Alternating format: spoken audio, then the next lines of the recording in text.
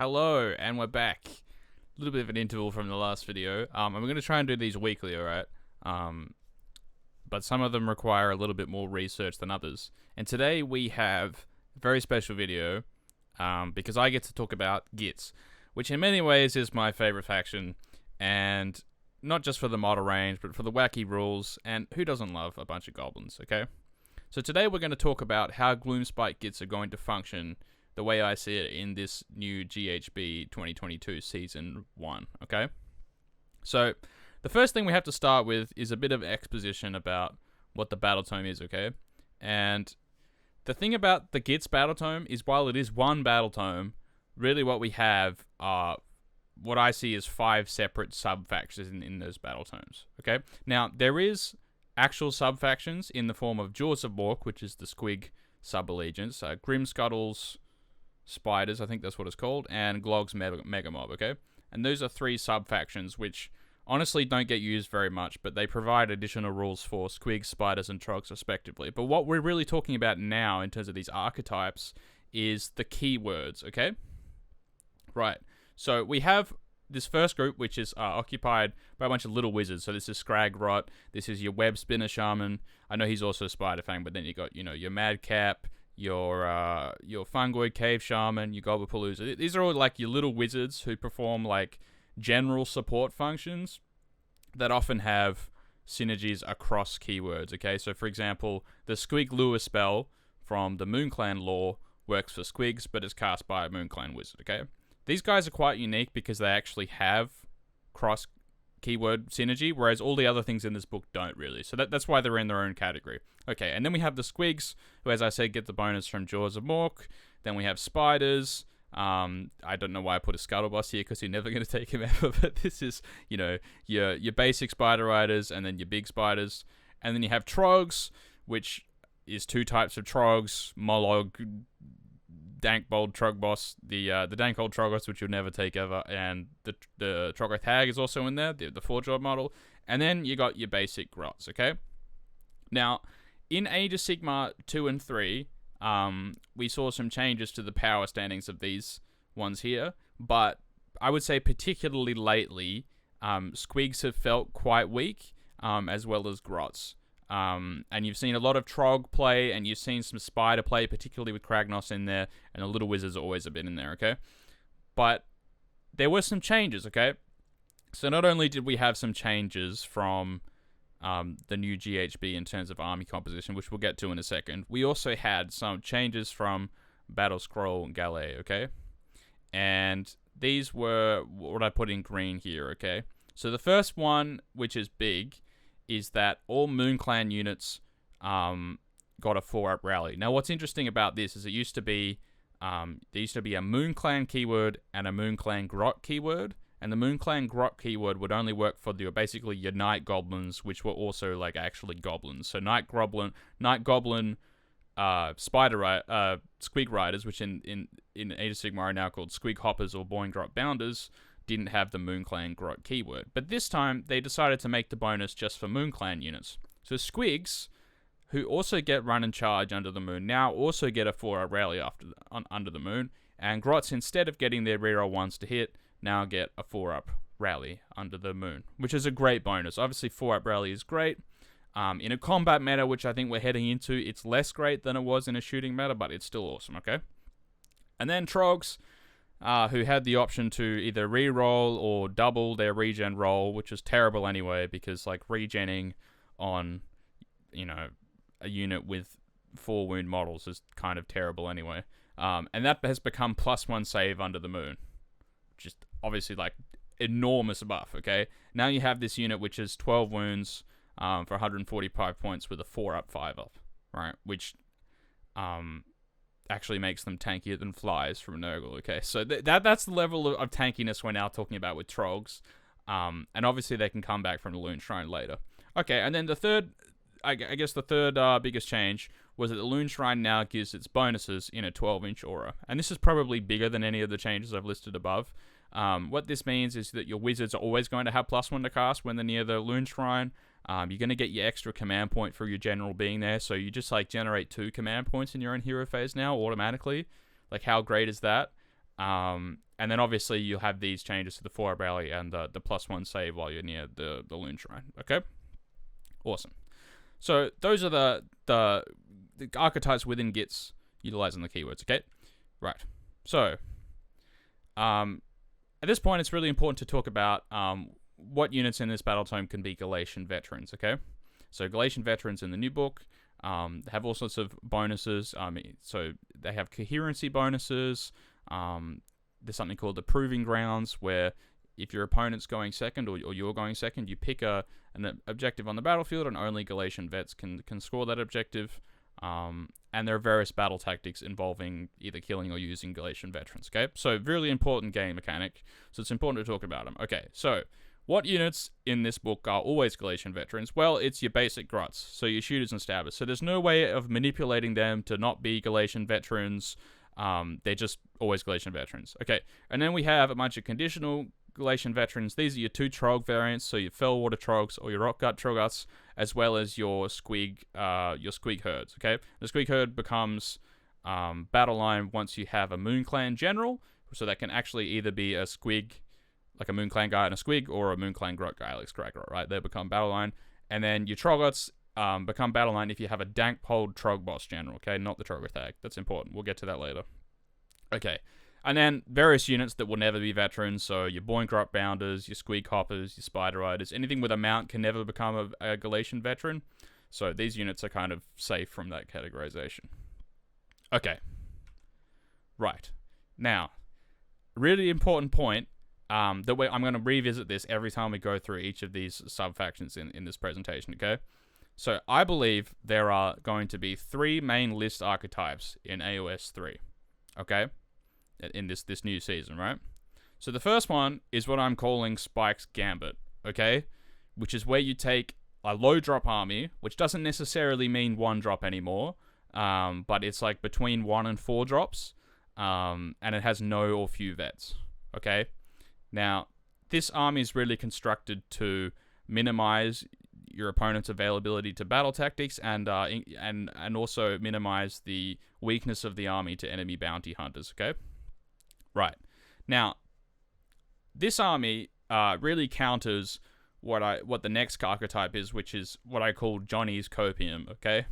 Which is where Johnny, he really wants all the combos, but he has to make some concessions here because if he takes too many veterans, he knows that it's going to be a bit of an issue. So what he's decided to do is take, a portion of bounty hunters, like 3 units of bounty hunters, and then we're going to take like some min screening sort of objective taker Galatian veterans units. Now the difference between these 2 archetypes is that the Spike one is lower drop and has probably 1 or 2 units of vets, whereas the Johnny's Copium one is high drop and has probably 3 units of vets, okay?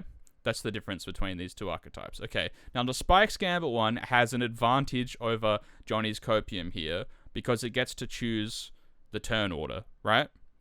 And the other thing it has over Johnny's Copium is that Johnny's Copium has more Galatian veterans, so it's more vulnerable to the bounty hunters inclusion from Spike's Gambit, which won't always be there, but if it's 4 drop, probably it's 4 drop because it has 3 units of bounty hunters, okay? And I think over time we're going to see that be the obvious build for stuff like Nurgle. So you're going to go like, Lord of Afflictions, 3 units of flies and bounty hunters, and then some garbage. Probably 1 unit of Putrid Blacklings as a Galatian veteran unit, okay? And then we have the last archetype, which is my favorite archetype, which is Timmy's Compromise. Which, Timmy loved taking his monsters in the previous season of Age of Sigmar, and he was a bit disappointed that they got worse, but he's decided to make a bit of a compromise here, okay? And he's seen that some of his units, like Trogs, have got maybe a bit of a buff in some ways with the Galatian veteran keyword. And, Timmy's always had a bit of a thing for Grots, just taking lots of Grots.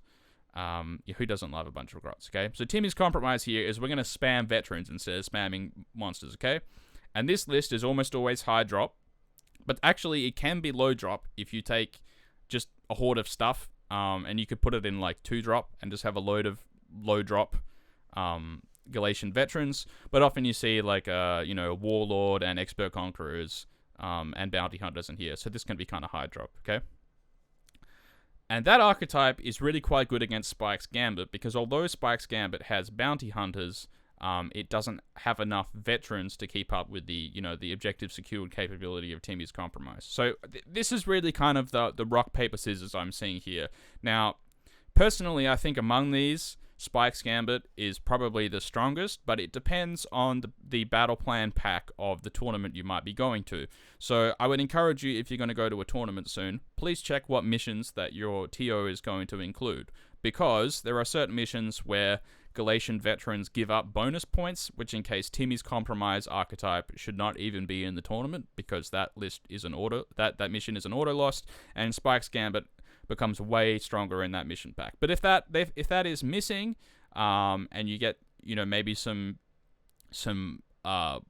missions with more objectives, right? Then I think Timmy's Compromise becomes stronger. Okay, so yeah, that's sort of how these archetypes work, and we're going to revisit that, because ultimately in Age of Sigmar you got to think about battle tomes on these three archetypes, because not every battle tome can do every one of these archetypes, and that means that if one archetype is stronger in a certain tournament setting or stronger in the metagame, then that's going to influence the battle tome's strength in the metagame, okay? So before we used to be able to think of, okay, can this battle tome one drop? Can this battle tome not one drop? If it doesn't one drop, what's its strength being high drop? And certain battle tomes could be really strong with high drop, which, stuff like Fire Slayers, putting all three of the Magma Droth Rune Signs and Hunters of the Heartland, stuff like Seraphon, because Double Warlord was so valuable in that army with its incredibly broken artifacts, stuff like that, right? But now we have more to think about in terms of list construction, because of these core battalions, the Bounty Hunters and the Expert Conquerors one, of which Bounty Hunters is much stronger, but I'll get to that in a second. And we also have more to think about in terms of what's going to be Galatian veterans or not. Okay, so that's the sort of exposition of this presentation. Right, so now we're going to go through each of these archetypes and talk about what choices we have available to us, what their strengths and weaknesses are, and how are these archetypes going to fit in those three list-building archetypes I just talked about, okay? So, here are the changes that happen to Little Wizards in AOS 3. Well, the general choice, so what we take as the general, is really important for manipulating what's going to be Galatian veterans or not. Okay, so it used to be that it was important for the shrine. So in Gloomspite Gitz, whatever you take as your general is going to govern what can come back at the end of your turn from the shrine on a 4-up. So if you have a Squig general, you can bring back Squigs and Grots, Spider general, Spiders and Grots, Trog general, Trogs and Grots. And if you don't have something that's not a Grot, then it's just going to be Grots. Okay, so if you have a Scragrot as a general, then he's just going to bring back Grots, which is terrible, right? So that's a problem.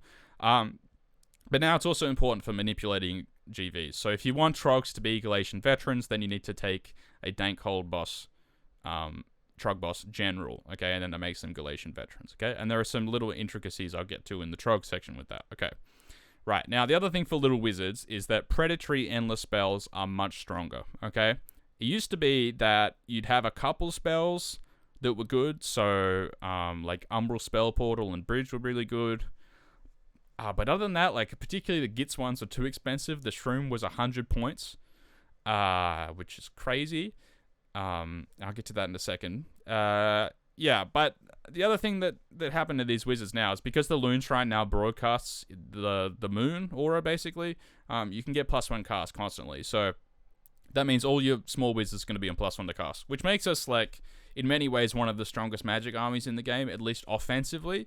Now, defensively, you don't get the +1 to unbind in your opponent's hero phase. But what you can do is start the moon on your opponent's side, so from turn 2, they have a strong chance of being -1 to cast, and that's essentially the same thing, okay?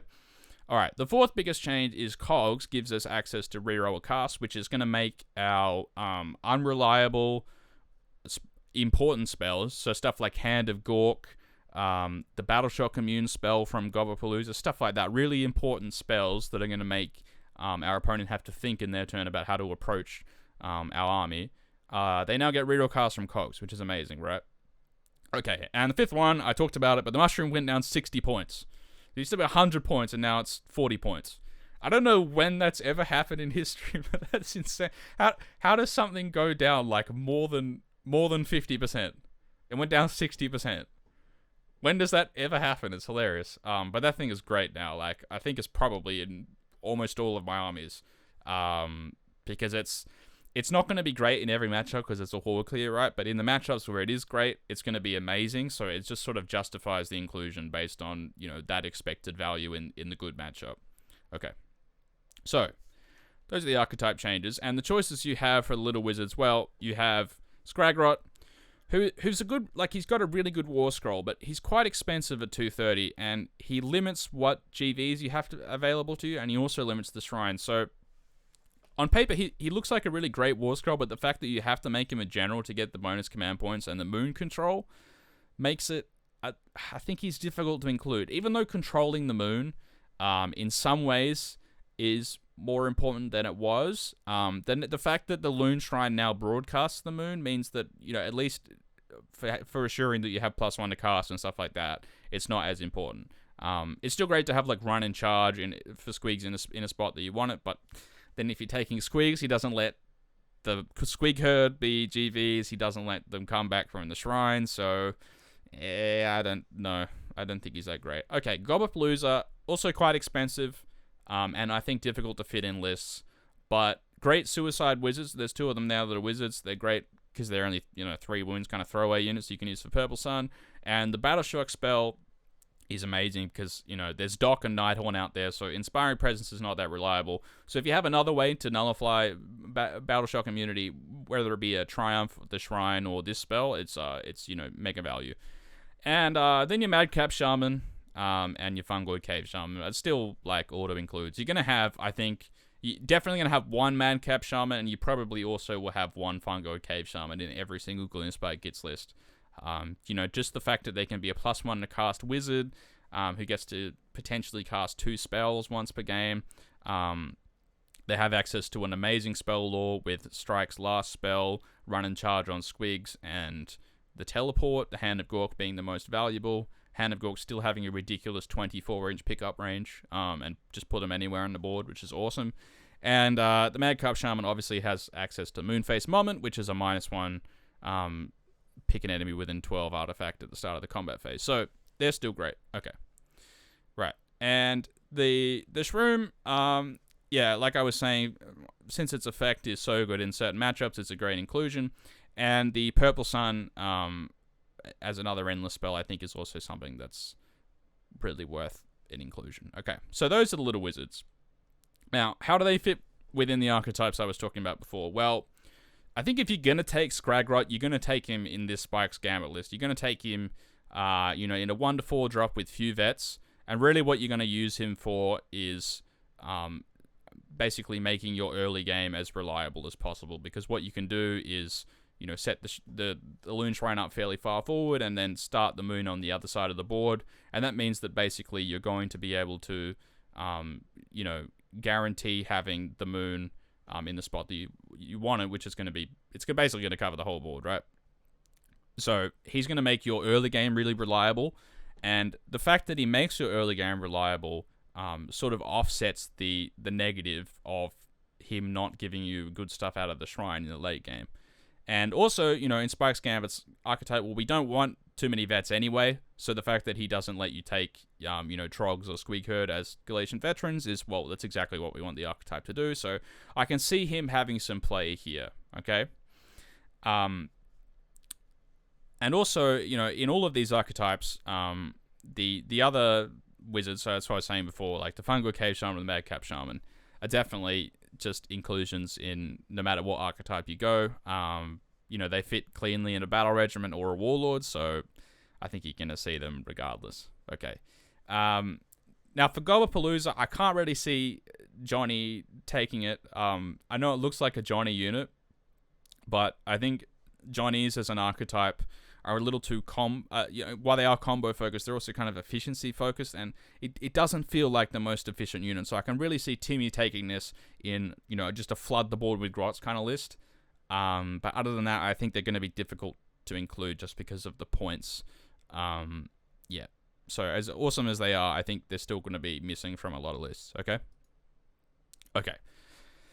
The next archetype, as I take a breath here, is Squigs, okay? Now, they've had a rough time, alright? I'm not going to lie, they've had a rough time in many ways over the years. You know, we had Jaws of Mork, we had these huge busts with these battalions with like +1 damage on the charge, and then that went away, and then they got nothing, and then Kragnos came out, which put a new lease on life on the army, because it meant that your big unit of Squig Herd could like teleport and then charge 3d6 and tie your opponent up really well, and then actually be able to make use of the ability where they die and run away and do mortal wounds and stuff like that. So, Squigs have had a tumultuous time, okay? I really want to get that out there. But, I think the changes for them are really great, okay? So, what's happened? Well, they've got a 4-up rally under the moon now, which is awesome. And they still have their run and charge ability, so just a big buff for them, okay? The Squig Herd now becomes GVs when they're battle line, which we'll debate whether that's a good thing, but at least from the perspective of looking at other armies, that this actually seems like quite a strong GV unit, because while it is very squishy, it should be able to out-trade other Galatian veteran units and screening units quite reliably, I think. Number 3, we've had a bit of a revival of the +1 damage battalion. It only is going to work against Galatian veterans, but we've now got access to +1 damage, at least on the Squigs, which is great because all the basic Squigs are 1 damage, right? So as soon as you attack on another damage, you're just doubling their damage. In general, with bounty hunters, it's better to make a unit 1 damage to 2 damage than make a unit like 2 damage to 3 damage, just in terms of efficiency. So if you have a choice between, okay, I've got 5 units, you know, some of them are Trogs, some of them are Squigs, you should put the Squigs in bounty hunters because it's going to be more efficient. I know -1 damage kind of changes that argument a little bit, but that's not every army in the game, okay? Now, one change in the meta that's negatively affecting Squigs majorly, in my opinion, is the Inspiring Presence stopping, okay? So, used to be, you know, okay, I have this unit of 30 Squig Hoppers, and yeah, it's got Bravery 4, but it's got a champion, so even if I lose a bunch of them, they're not going to run because I can just guarantee they're going to stay with Inspiring Presence. But now that's not the case, okay? So, the important thing is, we can't leave one guy up reliably and get the 4-up rally off, okay? It's just not reliable, at least with just Inspiring Presence, okay? So we're going to have to think about some ways of constructing lists where this is less of an issue, or at least we're not playing around getting a huge 4-up rally off a unit of like 30 Squig Hoppers, okay? So that's a consideration. And then the last thing is, there's heaps of Ren stacking with the Mommet and Purple Sun, which means that these Ren 1 units in the form of like Grot Bounders or Squig Hoppers or the Squig Herd get a huge amount of benefit. You know, again, there's that thing where it's like, okay, going from Ren 3 to Ren 4 is nowhere near as good as going from Ren 1 to Ren 2, okay? Because, well, not everyone has a 3-up save. So as soon as you've got Ren 3, going to Ren 4 doesn't do anything against the 4-up save anymore. So efficiency is something that we want to consider with all these, you know, new access to buff layering that we've got. Okay. Now, the Squig choices we've got, well, we've got Squig Herd, which, if they're not GVs, they're actually more survivable than Stabbers, in a lot of ways. But if they are GVs, geez Louise, alright? They're gonna die. They're gonna die really fast, because they got a 6-up save, and your opponent's gonna get double damage. So with Squig Herds, I don't know about them being Galatian veterans, because they're a unit that kind of wants to get in. They're not really like a screeny unit. Because if you're going to take a screeny unit, the Grot ones cover a lot more space. So I think these guys are a little bit awkward in the current edition. I can't quite work out how I'm going to use them. But at least the positive is they're going to be great in either Bounty Hunters or Expert Conquerors. And they are an awesome rally target, okay? Right. Now, Grot Bounders, in my opinion, are the best Squig unit now, okay? And I think they always were, but at least now they've got some huge buffs that are going to make a massive difference, okay? So they're not going to become Galatian veterans in any circumstance, but they are also not battle lines, so it's difficult to spam them, okay? Because, like, in the end, Gloomspite Gitz doesn't have that access to cheap battle line. Now, these are an ideal rally target. Although they're a small unit size, they're a very kind of elite unit. The thing is, like, rallying a big unit of garbage guys is just not as good as rallying a small unit of really strong guys, because the strong guys do more than the garbage guys. And what are the garbage guys going to do? They're just going to die again. So that's why the Boy and Grot Bounders rallying them is awesome. And yeah, all the rain stacking I talked about before has also been a huge benefit from them. Okay. Now, Squig Hoppers are interesting, man. I don't know. Like, to me, my head says that they're probably still bad, but my heart is thinking, man, like, come on, 30 Squig Hoppers. You know, I actually had a dream back in January about taking 30 Squig Hoppers with Kragnos and people calling me a madman and then going 5-0. That was actually a dream I had one day. But I don't know, man. I don't know. I want someone to do it, okay? And I might do it if no one else does it. But please take 30 Squig Hoppers, okay? Because I want someone to come up with a strategy about how we're going to avoid the battle shock. Because if we're going to avoid them all dying, because actually they're not Galatian veterans, they're 30 probably won't get one banged, okay? So if you can keep the 60 wounds there and just have like one guy there, and then possibly, you know, put him at the back, put the champ at the back, okay?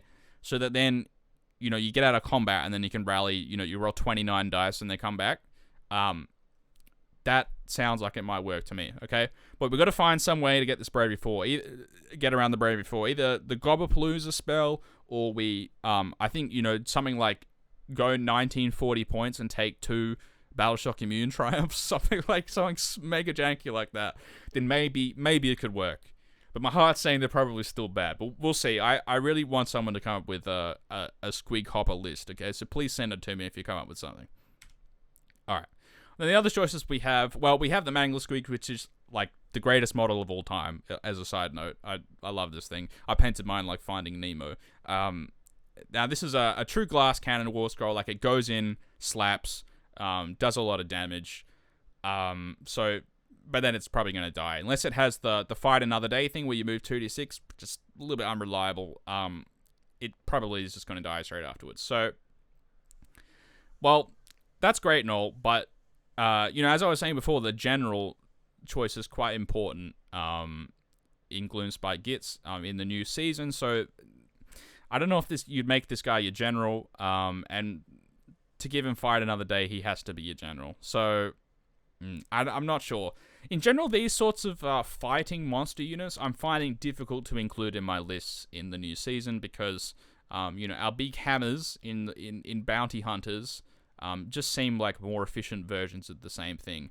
And once we've done the 3 bounty hunters units and filled out our battle line, I find there's not enough points to justify putting this something in instead of just some more support pieces for those threats. Okay, so I'm not sure about this guy. Now, this guy, the other guy, the guy on the Squig here, what's his name? Loon Boss on Giant K Squig. He feels like a strong choice to me as a general, because you can kind of just, like, hide him a bit, like, just stick him in the Loon Shrine, and then broadcast that plus movement aura, and at least he's not going to die. Now, he does feel a little bit expensive for what you can do with him. Like, over 100 points for a +3 move buff. Seems a bit steep, but if you want Squig Hoppers to be battle line and also come out of the shrine, then you need a Squig General, and I guess this guy isn't the worst option. Yeah, I can see him being taken in a Squig army. Okay. So, back to the list archetypes. Well, how do all these units fit in? Well, I think as you kind of heard me going through before, like, a lot of these units, since they can't become Galatian veterans, really fit well into the Spikes Gambit archetype, okay? So, you know, your wonderful drop and know a few vets, well, you know, your Squig Hoppers as battle line seems good in that kind of archetype. I don't know how you'd fit out, like you could go, like, 2 units of 30 Squig Hoppers and then 1 unit of, like, goblins, and that would be 3 battle line, but I don't know if that's good. It's funny. I don't know if it's good. But Boy and Grot Bounders definitely you'll find in the Spikes list, okay? They're definitely going to be in there because they're awesome in bounty hunters. Probably the best bounty hunters choice in the book. So you're absolutely going to see them in there, okay?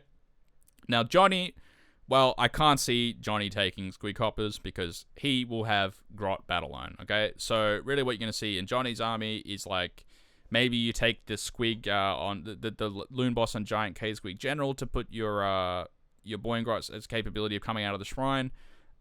Maybe you go Jaws of Mork, I don't know. But you're definitely going to have your Boing Grots in there because, again, they're the strongest bounty hunter's choice. And then Timmy's Compromise.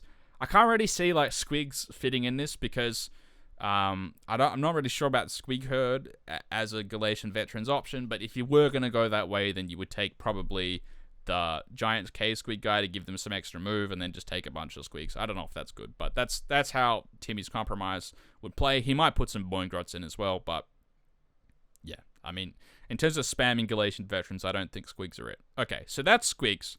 I hope I've given you a good overview of that. They're interesting, but overall, I don't know if they're necessarily been lifted back to the Jaws of Mork when it came out, but they're definitely stronger than they were at least at the end of the last General's Handbook, okay?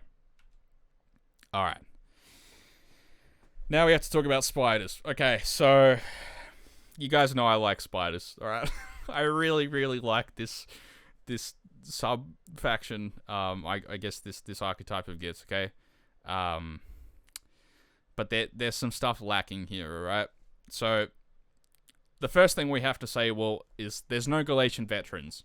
So, you can't take any Galatian veterans from spiders, so you're going to have to take some grots, really, if you want to take a spider army, just to cap some objectives. Like, I think even Spike wants to take 1 unit of grots, okay? What's another thing? Well, they don't benefit from bounty hunters, like, at all, because, well, if they're under your moon, the spiders do 1 mortal wound on a 5 or 6, and then the attack sequence ends. So you don't get to do the 2 damage. And they hit on 4s. So in order to actually get the bounty hunter's benefit off the mount, you need to roll a 4 and then wound, which is another 4, and then it's no rend, and then you get 2 damage. So, I mean, if you can thread the needle, then good for you, but it's not going to happen. It's not going to happen. So they don't benefit from bounty hunters at all. So if you're going to take spiders, really what you want to do is going to go low drop with them, because they don't benefit from bounty hunters. Now, other than, like, the general, like, game changes, there weren't any changes for spiders in Battlescroll Galay. You do get the mortals on 5s and 6s when you're near the shrine now, but that's not typically where you're going to fight with these guys, so I don't know about that as anything to play around, but I guess it's a decent bonus, okay? Alright. Now, I'm only going to talk about 2 choices here, because all the other choices are god horrible, okay? Do not look at the Scuttle Boss. Do not look at any other Arachnarok Spider variant other than the Wizard one, okay? They're all horrible, alright? I tried playing 2 or 3 Skitterstrand Arachnaroks last edition. I tried playing with 1 Skitterstrand Arachnarok. I tried the Flinger. Trust me, I've tried everything spider-related, okay? It's just not good, alright? I really want it to be good, but it's not. The only 2 good units here are the Spider Rider Battle Line guys, and then the Web Spinner Shaman, which in my opinion is just the best war scroll in the whole Gitz book, okay? Which for some reason went down 5 points, even though it's the best war scroll, but it's awesome. I love this thing, okay? Right, so let's talk about the Spider Riders first. So they do some decent light mortal damage, okay? So they're actually not the worst trading unit, and if they get the buff from the Spider with the double mortals, and then they do mortals on 5s and 6s from the moon, they can do some, like, okay damage, okay? They can do, like, I think, like, 6 mortals from a unit of 5, right? So it's okay, right? It's not bad. But they don't do any damage other than that. Yeah, as I said, they don't benefit from bounty hunters. But they are your, like, ideal cheap battle line. They're the cheapest battle line option in the book at 100 points. And if you take a Spider General, you could take 2 units of 5 of them and 20 grots, and you filled out your battle line. And that does feel like it's good. But the problem I found with them is that they don't necessarily fill enough points to make you 1-drop, which is probably okay, because we probably want to go 4-drop anyway, like take 3 units of bounty hunters, and then the rest of the army's in the battle regiment. But I can see these guys getting played as, like, just a couple of units to fill out battle line and be screens, and the reason for that is that the Web Spinner Shaman, as a general, is a very strong choice, okay, because he has +1 to cast Unbinding Dispel in his War Scroll, and you get +1 to cast from the Shrine. So he's going to be +2 basically the whole game. He's quite durable, especially if you give him the -1 to hit artifact, which I really would recommend. He's a really good choice for giving him Master of Magic. He does like pretty good damage in combat. He can broadcast a -1 to hit aura with a spell. I think this guy's amazing. I think the model is still awesome, even though like it's old. It's just a classic model design. You know, those classic model designs where it's like this is a scary spider. Like that's gonna age well. So I really like this guy. Okay. Now, how do these fit in the archetypes? Well, I can see you taking the Web Spinner Shaman in all of the archetypes. I don't think you would take it as a general if you're not going to take Spider Riders, which I think you would only take in Spike's Gambit. But otherwise, I think it's just a really strong choice with the -1 to hit artifact, because it means you can't really shoot him off. And then he's just broadcasting the -1 to hit aura and being kind of stabby in combat, giving you like Mystic Shield at +2, giving you better magic defense. I really like him just as a general monster. He's sort of like Arcan and OBR, like just good unit. But in Spike's Gambit, you would take him with Spider Riders. Okay, so that's how spiders work. Kind of thin, because the other units are not even worth talking about. So, I mean, you're really talking about like, okay, if I'm going to include spiders, it's going to be like the one monster, and then maybe I'll take 2 units of Fire Spider Riders. I don't think an all spider army will ever work. I don't. Yeah, I don't. I don't think they do enough damage in the current meta, but we'll see. If anyone has any ideas, please tell me. But that's my thoughts on spiders, okay? So next, we have the section of the video which I suspect a lot of people have been waiting for, and I think this is a very exciting portion of the book now, is Trogs, okay? Because now they have +1 save. So that is a huge buff. And the other thing to consider with them is that it is really quite a big choice with them whether to become Galatian veterans or not. With other battle tomes like Crypt Horrors from Flesh Eater Courts, it's kind of, I don't think it's a choice to take them as Galatian veterans or not, because the reach bonus is so huge that you're basically like halving the damage if you don't take them as veterans. So although they're more survivable, the damage becomes so bad that I don't think it's worth it. Okay, but these guys have 2-inch reach. Okay, so they can already attack in 2 ranks anyway, so really what you're getting from Galatian veterans is like another 1-inch reach, okay? That's essentially how it works. So an additional 1-inch reach for the middle rank, okay? Because you would have to have your front rank in base to base and be base to base with front rank with the second rank to fight with 2-inch reach with 50mm bases, which can sometimes be difficult, and sometimes like a few guys will miss out. So Galatian Veterans just gives you like an extra inch to play with, and that can actually make a big difference sometimes, okay? Alright, now these guys are really great in Expert Conquerors or Bounty Hunters, because Expert Conquerors is going to like kind of nullify a weakness of the Trog army, which is it's pretty bad at taking objectives. And then Bounty Hunters will take you up to 4 damage on the Rockgut Troggoths, which is obviously great. It's not as good, obviously, as going from 1 to 2 or even 2 to 3. But I can see them play. I can see them with play in both battalions, okay? Now, in my opinion, Rockguts are still way better than Felwaters. I just can't really find a reason to take Felwaters, even though Bounty Hunters in some ways is more efficient for Felwaters than it is for Rockguts, and their shooting is good. You know, multiple units of Rockguts shooting rocks is actually like a really great way to take out support characters, whereas the Felwaters shooting is more like short range, so it's for taking out units. But the problem with that sort of shooting is if you are going to charge the unit that you're shooting, which is what will happen if it's like 7-inch range, I think it's 7-inch range, then you're going to make your charge harder. So like if you're just in range, if you're just within 7 and then you shoot them and then they remove a few models, then it could be like a 9-inch charge. So I think ultimately with Felwaters, you would find yourself not shooting a lot, which makes the quote-unquote better shooting actually worse than the Rockgut shooting, if that makes sense. So I think Rockguts are still way better than Felwaters and are also cheaper for some reason. And that's sort of how I'll talk about them in the rest of the presentation. Now, the Dankhold Trog boss is still terrible for his points. He's like 60 points at least overpriced, but you can give him Arcane Tome and make him ride Lorcon because his base is small enough, and that is kind of funny. But honestly, he's alright. Yeah, into the choices, like he's still too expensive, but the +1 save buff on him is actually really quite nice because he goes to a 3-up save. He does have a spell ignore, which is great against like Purple Sun and that kind of thing. And the combo that I like the most is taking Loon Skin and Arcane Tone on him. So what that means is you're going to always get the command point, you're going to always be +1 save, and you're going to always have +1 to cast no matter where you are on the board. And that just makes him like a really good like gooning Lorcan unit. And you can also like get your Trogs in like up the board and not have to worry about staying in the Loon Shrine's aura with your general. So I really like him. Okay. Rock Guts are awesome. Great as GVs or not GVs. They do great damage. But they're elite and their combat is elite. Against Nighthaunt, the -1 damage really hurts them, especially if they have multiple Krulgus or -2 damage, then they really become quite bad in combat because they're also Rend 2. So as soon as your damage and Rend is going out, they're just like 3s and 3s, 1 damage, which is awful, right? So if Nighthaunt are in the meta, I don't know about Trogs. And maybe Fell Waters are slightly better in that meta, but still going to struggle because they're 1 damage.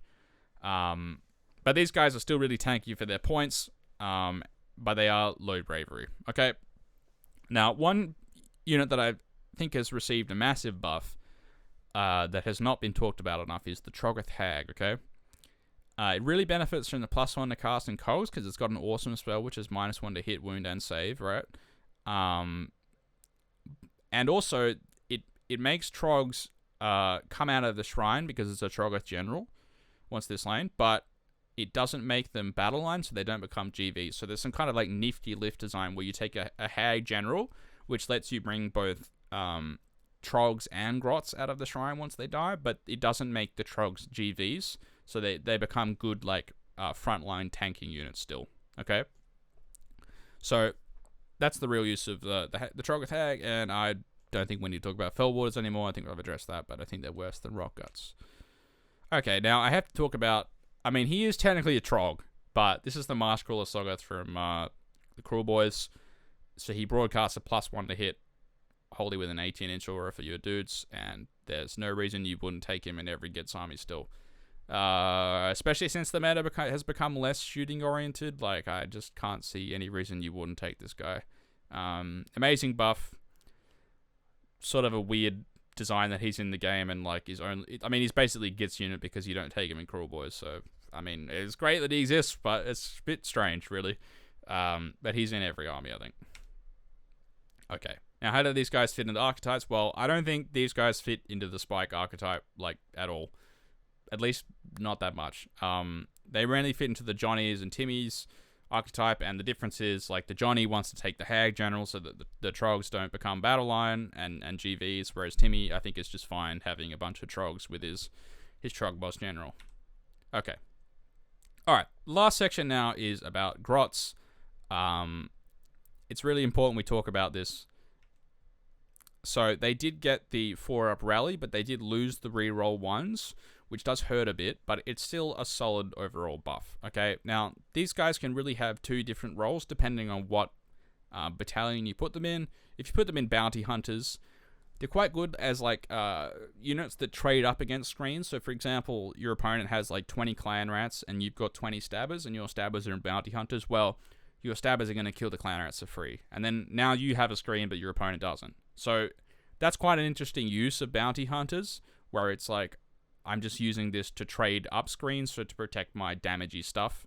But the problem with that, obviously, is then you do lose the Bounty Hunters on the damagey stuff. So that's really going to be used on maybe 1 unit of Stabbers, where you have 2 units of Bounty Hunters, something like that. And the other use for Grots is as Expert Conquerors, where you just stand there and score a bunch of objectives, but they are going to just die to Bounty Hunters. So I'm not sure about this playstyle in general. As a general comment, I'm not really sure Expert Conquerors is going to see that lengthy play. You'll take it if you're already really high drop, but in my experience in Age of Sigmar in general, most games, it's like your opponent takes an objective, and then you blow them off the objective and take the objective, and then they do that back. It's kind of like a trading game.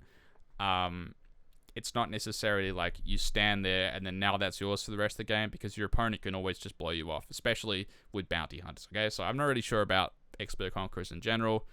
Yeah. Now, Grots in general will get destroyed by bounty hunters, but if your opponent doesn't have bounty hunters for whatever reason, then they're going to struggle. If you have a way to take out their bounty hunters early, so that now you've got all these Trogs on the board, all these Grots on the board that are not going to take extra damage, then I think that's a kind of a win condition, right? There's going to be some armies that play to that.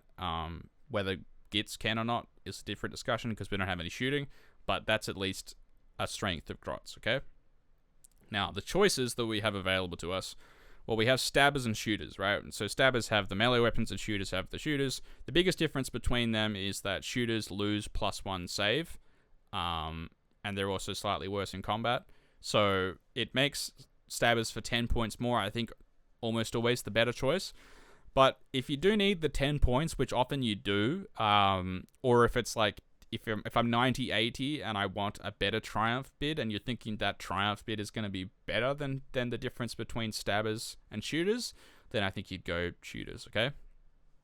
Alright, now the Loon Boss, I think becomes worth it once you have 3 units of 20 Grots in your army, because he's going to make your stabbers actually do some damage. Like, it's not going to be a huge amount of damage, but since you do have a surplus of command points in this army, like, there's going to be some combats where, like, having him is going to make your opponent think about what they're going to go with first and that kind of thing. But I think because there's no Hunters and Heartlands, it's hard to use this guy's command ability as something to, like, build an army around. Like, I don't think you could take, like, big units of 60 stabbers and try and get this off, because A, they're going to die to bounty hunters, and B, if they get ruled, it doesn't work anyway. So, I mean, I think he's, like, solid as just, like, he's only 75 points, I think, so I think he's solid, but not as something to build an army around, okay? Alright, and then last 3 choices for Grots are Loon Smasher Fanatics, Spore Splatter Fanatics, and Sneaky Snufflers. I think the Loon Smasher Fanatics are great, because they're going to make your opponent think about what Galatian veteran unit they can actually kill, because you can always pop the Fanatics out. It's a little bit awkward, like, the way that actually works, and I think a good opponent will be able to play around it. But what's good about Fanatics is you always have the option to teleport a unit of 20, pop out 3 with the Fanatics, and roll a 6-inch charge. That's always really strong. And because they're of that mobility and their small footprint, they're great as, like missiles in bounty hunters to just, like, ping off a unit of, like, Galatian veterans on the backboard or something that's being annoying. Like, you know, you could send 5 into, like, 5 Blight Kings and just kind of see how you roll. Because, like, if you roll really well, you might actually just take them out. So, well, probably not take them out, but, you know, do enough damage that it's going to be a problem for your opponent.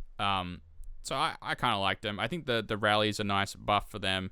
I can definitely see them, like, 1 unit of them being played. Spore Splatter Fanatics, I think, essentially are not playable. I mean, I know they look like an anti-shooting unit, but they're actually not. They're actually, like, I think better in an all-melee metagame, because you can get +1 attack on everything without them being under threat.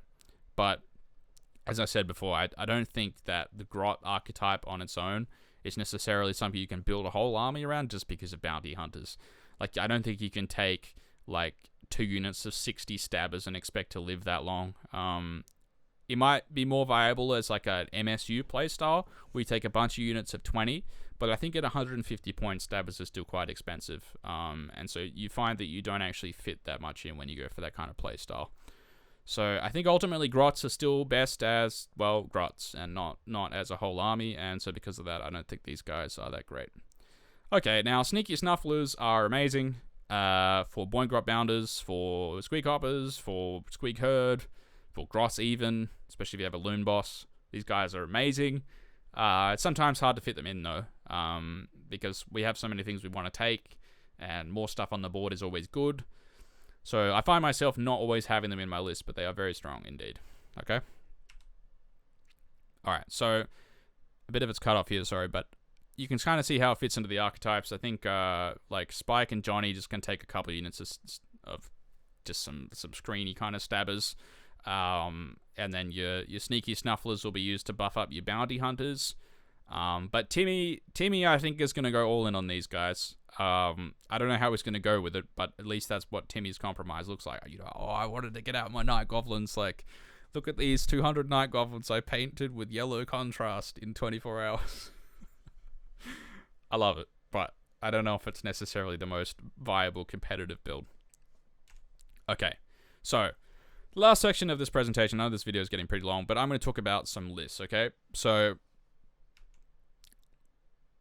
as a reminder of what the archetypes are, you know, we have the Spike's Gambit, Johnny's Copium, and Timmy's Compromise, and I'm going to talk about one list for each of these, okay? There's obviously like a million lists we can make with Gitz, but here are some lists here.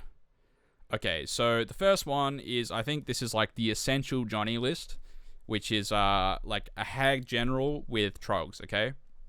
So it's like, you got a Hag, you got a Madcap Shaman, and a Loon Boss. We go Glog's Megamob, because it's the only way the Hag like kind of gets access to any gear. You could not go Glog's Megamob and take like Master of Magic and Arcane Tome on the Troggoth Hag, but I actually think getting the 4-up extra command point and the 5-up Mortal Wound save is probably better than that, especially since you get some other like light bonuses, including a Spell Ignore from Glog's Megamob. So I think that's better.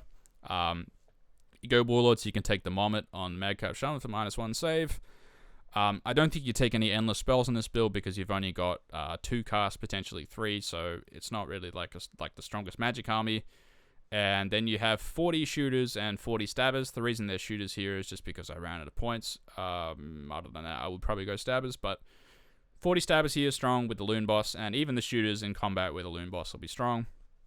And then we have a sneaky unit of 5 fanatics, just as something to stick in one of the unit of 20 shooters to teleport and then pop out and do something. And then we have 2 units of 6 Trogs and a Marsh Caller Sloggoth. So this list doesn't look like it's much on the table, because it is still kind of a bunch of goblins. I still think this list is probably just a bit weak to Nighthaunt to see competitive play. It's probably not the direction I would go personally. But yeah, I mean, it shows the strength of the Troggoth Hag from a list construction perspective, and it's certainly a durable list.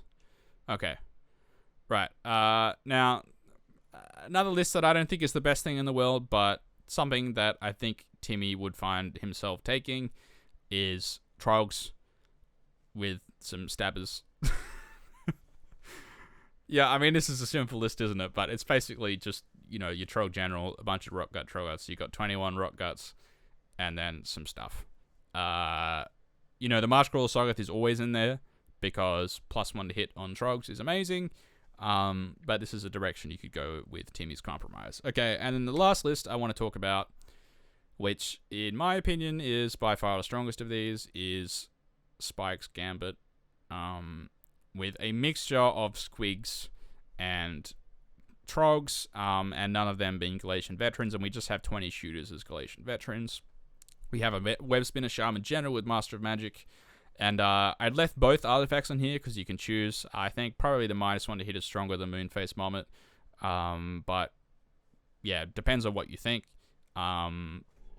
If you want, if your meta is more like combat focused, I would say probably the Moonface Mommet is better, but if you've got shooting you need to worry about, because the Madcap Shaman will just die turn 1 if your opponent has shooting, then the Web Spinner with -1 to hit is something to take, and the list pretty much reads itself. But yeah, again, as I was saying before, the second unit of Rock Guts here is not in Bounty Hunters because it's more important that the Boingrot Bounders are in here. I would love to fit some Sneaky Snufflers in here, but you know, as I was saying before, it's just hard to fit in the points, and the Marsh Caller Sloggoth is overall more efficient than the Sneaky Snufflers are.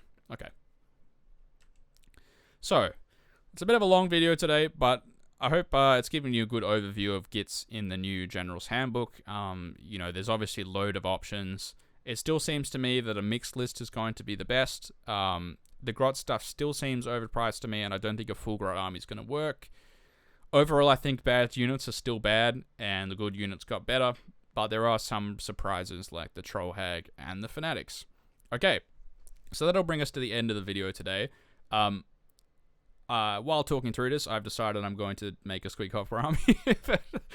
that's so me. It's like, oh, maybe there's a chance. Maybe it could work. I'll get back to you on that. Maybe there'll be a video on the series of Squig Hopper list diaries. But for now, that's been my take on Gloomspite Gitz in the new General's Handbook. If you like this video, please subscribe, as I'm trying to increase the spread of this channel, and I'm aiming to get out one video a week, at least for the next few weeks, and that might ramp up a little bit more when my uni goes on summer holidays. But for now, this has been Stuart Ironguts from McCowan, and I will see you next time. Thank you very much.